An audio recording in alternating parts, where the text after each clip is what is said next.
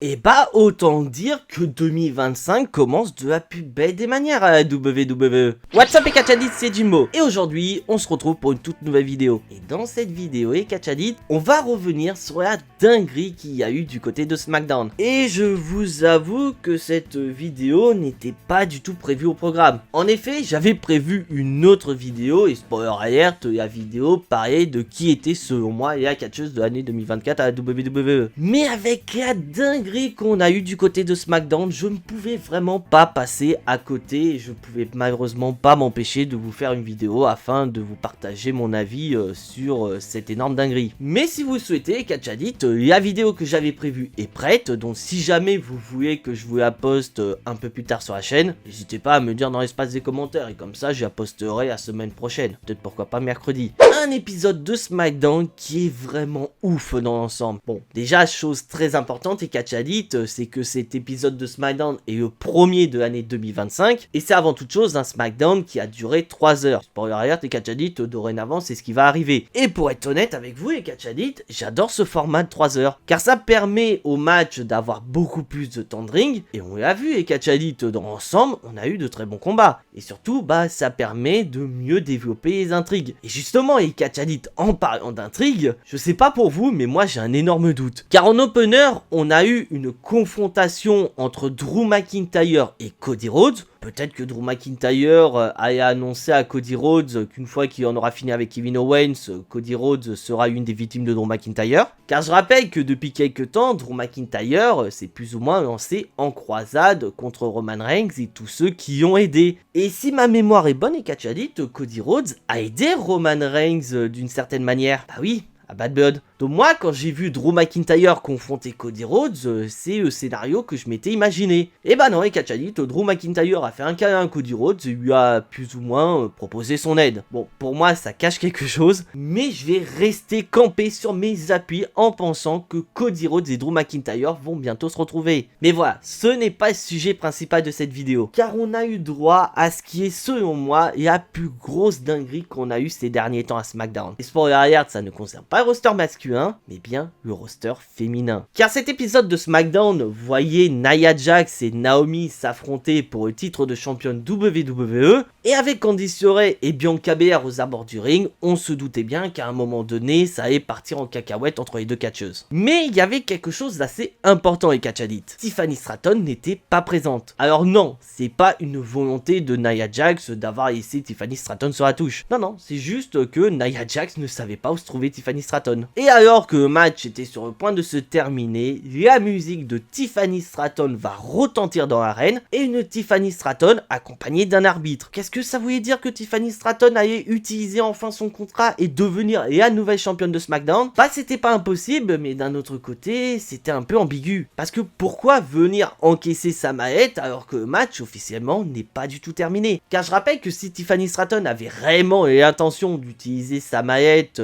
alors que le match n'est pas du tout terminé, bah elle se serait incrustée dans le match et le match aurait évolué en un match triple menace. Donc ce qui veut dire que toutes les interventions auraient très bien pu arriver. Et Tiffany Stratton aurait perdu son match et par la même occasion son cash-in. Et bah figurez-vous les Catchadit, ce n'était pas ça. Au contraire, tout ça n'était qu'une distraction de Tiffany Stratton pour permettre à Candice LeRae d'également faire une intervention, pour permettre à Tiffany Stratton d'intervenir en assommant Naomi avec sa maillette, permettant ainsi à Nia Jax de remporter le combat et conserver sa ceinture. Bon, avec tout ce qui s'est passé, Tiffany Stratton n'est pas prête d'utiliser son contrat. Et bah figurez-vous les Catchadit que la dinguerie a eu lieu, car au plus grand plaisir des fans, Tiffany Stratton décide de se retourner contre Nia Jax et Candice LeRae, et avec tout ce bazar, on a une Bianca Belair qui s'est fait tabasser quelques minutes auparavant, reprend ses esprits et s'en prend à Nia Jax en lui portant son KOD. Donc avec une Nia Jax totalement KO, tous les voyants sont au vert pour permettre à Tiffany Stratton de tenter son cash-in, et bah Tiffany Stratton ne réfléchit pas, elle prend la décision d'utiliser sa maillette Money in the Bank, et après un moonsault, Tiffany Stratton rive les épaules de Nia Jax, et comme toutes les catcheuses avant elle qui ont détenu la maillette Money in the Bank, Tiffany Stratton réussit son cash-in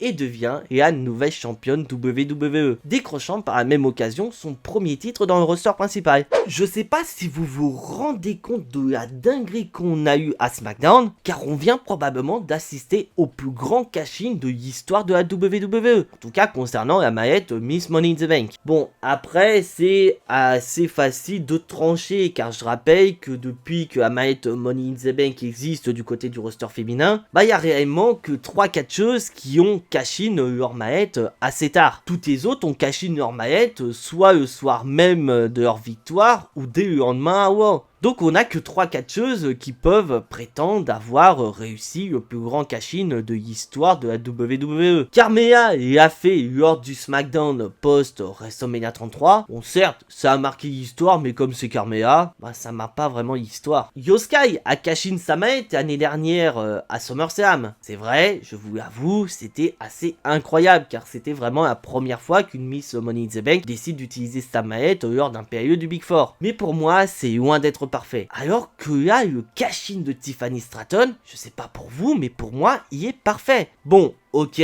je vous avoue que c'était assez prévisible de voir Tiffany Stratton utiliser sa mallette sur Nia Jax. Dans quel monde on aurait vu Tiffany Stratton utiliser sa mallette sur Liv Morgan, sachant qu'il n'y a aucun passif entre les deux. Car même si à plusieurs reprises Nia Jax a tenté de faire comprendre à Tiffany Stratton que c'était un meilleur choix d'utiliser sa mallette sur Liv Morgan plutôt que sur elle, notamment à l'approche de Kwanjo ou encore des Survivor Series War Games, bah on savait tous qu'à un moment donné, Tiffany Stratton allait se retourner contre Nia Jax, surtout depuis l'intégration de Candice LeRae qui veut clairement devenir la nouvelle meilleure amie de Nia Jax, mettant petit à petit Tiffany Stratton sur la touche. Donc c'était la goutte d'eau qui a fait déborder le vase et Tiffany Stratton a décidé de prendre son destin en main, en réalisant le plus grand cash-in de l'histoire de la WWE du côté du roster féminin, et devenant ainsi la nouvelle championne de SmackDown. Et n'hésitez absolument pas à me dire dans l'espace des commentaires, je suis assez curieux de connaître votre avis, car pour moi, Tiffany Stratton est destinée à avoir un règne de championne totalement dingue à la WWE. Déjà, rappelez-vous de l'année dernière, Tiffany Stratton, lors de sa première année dans le roster principal, était juste incroyable. Elle a su clairement montrer aux fans qu'elle était destinée à devenir l'une des futurs visages de la WWE. Et c'est pour ça que quand Money in the Bank est arrivé, pour moi, clairement, Tiffany Stratton était la favorite pour remporter la mallette. Et Triple H a pris une très bonne décision en la faisant gagner la mallette Money in the Bank. Et Triple H a encore été plus intelligent pour ne pas faire cash-in Tiffany Stratton rapidement. Au contraire, Triple H a joué sur le fait que Tiffany Stratton à n'importe quel moment pourrait trahir Nia Jax pour vraiment faire douter les fans et se demander à quel moment Tiffany Stratton allait trahir Nia Jax. Bon, maintenant c'est fait, Tiffany Stratton a trahi Nia Jax, donc on peut laisser supposer que Tiffany Stratton par la même occasion est devenue face, pourrait ainsi lancer sa route de WrestleMania qui pourrait être totalement dingue. Bon, déjà on se doute bien que Nia Jax ne va pas fermer les yeux sur ce cash-in de son ancienne meilleure amie. Et je sais pas si vous vous rappelez quand même quelque chose d'assez important et Catchadit. Et bah Nia Jax, elle a du mal avec ses copines. Car je rappelle qu'en 2018, elle s'est quand même prise le cash-in de son ancienne amie Alexa Bliss, et tout comme Tiffany Stratton, Alexa Bliss a récupéré le titre de championne de Raw à l'époque. Donc on se doute bien que Nia Jax va vouloir à tout prix récupérer son titre de championne WWE. Donc elle va tout tenter pour obtenir une opportunité au titre. Et ça pourrait pourquoi pas passer par le Royal Rumble. Et bah oui les Catchadit, il faut quand même avoir des favoris pour le Rumble match féminin. Parce que du côté des hommes, c'est assez facile de déterminer des favoris. Alors que du côté du roster féminin, il y a clairement aucun nom qui sort du haut et qui pourrait faire partie des favorites pour gagner Rumble. Alors que là, avec la perte de son titre de championne de la WWE, Nia Jax pour moi fait partie des favorites pour gagner Rumble match féminin. Et imaginez une seule seconde les Catchadit, Nia Jax remporte le match. Bon, on se doute bien qu'elle va vouloir se venger de Tiffany Stratton. Et comme ça, on a un match Tiffany Stratton contre Nia Jax pour le titre de championne WWE à WrestleMania. Même si je doute bien qu'il va y avoir pourquoi pas un match du côté du Royal Rumble entre les deux. Mais ça ne veut pas dire que Nia Jax ne peut pas gagner Rumble. Rappelez-vous Becky Lynch en 2019. Et voilà les Catchadit, c'est tout pour cette vidéo et j'espère qu'elle vous a plu. Encore une fois, je précise que cette vidéo n'était absolument pas prévue et qu'à la base j'avais prévu une autre vidéo. N'hésitez pas à me dire dans l'espace des commentaires si vous voulez cette vidéo. Donc bien qu'elle soit pas prévue, j'espère que cette vidéo vous a plu et si c'est le cas, je vous invite à lâcher votre plus gros pouce bleu qui fait énormément plaisir à la chaîne. Si vous n'êtes pas encore abonné à cette chaîne YouTube, vous savez ce qu'il vous reste à faire après avoir vu cette vidéo. C'est bien sûr cliquer sur le bouton abonner, c'est également gratuit et c'est encore un autre moyen de me soutenir. Et je vous invite également à cliquer sur la petite cloche pour être notifié de la sortie des prochaines vidéos. Car oui, et Catchadit, si vous l'avez remarqué, je reprends petit à petit le rythme de plusieurs vidéos par semaine. Et je vous cache pas que ça m'avait énormément manqué. Car c'est vrai que depuis un petit moment, je sortais des vidéos de manière très irrégulière. Bah là maintenant, et Catchadit, ça change. Bon, en tout cas pour le moment, car je vous annonce que d'ici les prochains mois, la chaîne va subir du changement. Changement pas dans le sens où j'ai décidé de me réorganiser au niveau de mes vidéos, mais bien être réorganisé par rapport à ce qui pourrait arriver du côté personnel. Mais voilà, je vous en dis pas plus, je vous dirai ça en temps et en heure. Et concernant la prochaine vidéo et Catchadit, si j'ai le temps, je